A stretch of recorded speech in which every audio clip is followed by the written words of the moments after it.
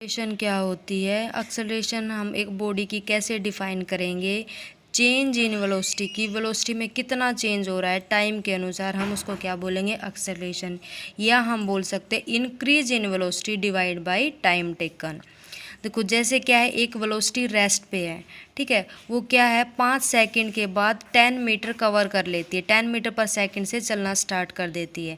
तो उसकी initial velocity कितनी हो गई? 0। फाइनल वेलोसिटी कितनी हो गई? 10। और टाइम कितना लगा? 5 सेकंड। तो चेंज इन वेलोसिटी से हम क्या समझते हैं? Final velocity minus initial velocity. Final कितनी है? 10। इनिशियल कितनी है? 0। डिवाइड बाई टाइम कितना लगा चेंज होने के लिए? 5 सेकंड। तो एक्सेलरेशन कितनी आ गई? 2। अब यूनिट देखो, यूनिट कैसे होगी? देखो हमें पता है वेलोसिटी की यूनिट क्या होती है? मीटर पर सेकंड। लेकिन डिवाइड में एक और सेकंड है तो क्या हो जाएगी? मीटर पर सेकंड स्क्वायर। एक्सेलरेशन की यूनिट क्या होगी? मीटर पर सेकंड स्क्वायर। एक्सेलरेशन भी क्या है? एक वेक्टर क्वांटिटी है। क्यों? देखो वेलोसिटी क्या है, हमने पीछे कल पढ़ा था, वेलोसिटी एक वेक्टर क्वांटिटी है। टाइम क्या? एक scalar quantity. Vector divide by scalar क्या आएगा? वेक्टर आएगा। इसलिए एक्सेलरेशन क्या है? एक वेक्टर क्वांटिटी है। जब एक बॉडी सेम वेलोसिटी के साथ मूव करेगी तो एक्सेलरेशन 0 होगा। क्यों? क्योंकि इनिशियल वेलोसिटी भी वही होगी और फाइनल भी वही होगी। अब आता है यूनिफॉर्म एक्सेलरेशन क्या है? जब एक बॉडी क्या करेगी? सीधी लाइन में जाएगी और जो उसमें वेलोसिटी इंक्रीज हो रही है वो इक्वल इंटरवल से इंक्रीज होगी। मान लिया 5 सेकंड में इंक्रीज हो रही है 10, नेक्स्ट 5 सेकंड में भी 10 इंक्रीज हो रही है, तो हम उसको क्या बोलेंगे? यूनिफॉर्म एक्सेलरेशन है। यूनिफॉर्म एक्सेलरेशन का एग्जाम्पल क्या है? जैसे कि हम एक ढलान वाले प्लेन से एक बॉल को गिराते हैं तो वो घूमती हुई, रोलिंग करती हुई नीचे आती है। वो कौन सा मोशन है? Uniform accelerated motion. Uniform accelerated motion का ग्राफ कैसा होगा? स्ट्रेट लाइन होगा। अब आएगा नॉन यूनिफॉर्म एक्सेलरेशन क्या होगा? जब एक बॉडी क्या होगी?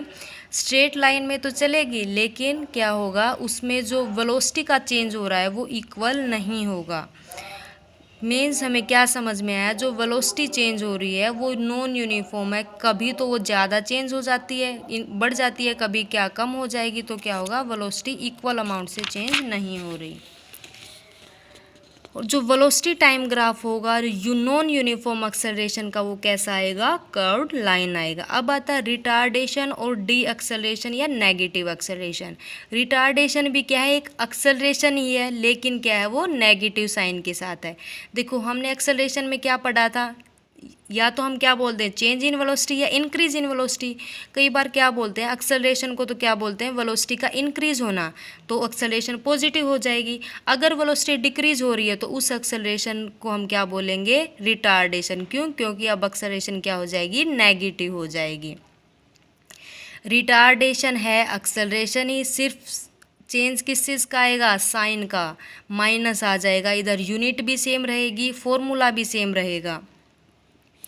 जैसे हम एक एग्जांपल लेते हैं, एक कार ड्राइवर वो कार को चला रहा है 10 मीटर पर सेकंड से, फिर वो ब्रेक लगा देता है और फिर कार रेस्ट में आ जाती है 5 सेकंड के बाद। तो देखो फाइनल ब्रेक लगाने के बाद कार रुक गई ना, तो फाइनल वेलोसिटी क्या हो गई? 0। और वो कार चला कितनी स्पीड से रहा था? 10 मीटर पर सेकंड से। तो इनिशियल वेलोसिटी कितनी हो गई? 10। तो एक्सेलरेशन क्या आ जाएगा? Final velocity minus initial divide by time. Initial क्या है? फाइनल क्या है हमारी? 0। इनिशियल क्या है? 10 डिवाइड बाई 5। ए कितना आ गया? माइनस का 2 मीटर पर सेकंड। ये माइनस क्या रिप्रेजेंट कर रहा है? कि जो वेलोसिटी वो डिक्रीज हो रही है। अब आता है एवरेज वेलोसिटी क्या होगी? एवरेज का मतलब ही क्या होता है? मीन होता है। तो एवरेज वेलोसिटी क्या होगी? Initial velocity plus final velocity divide by 2।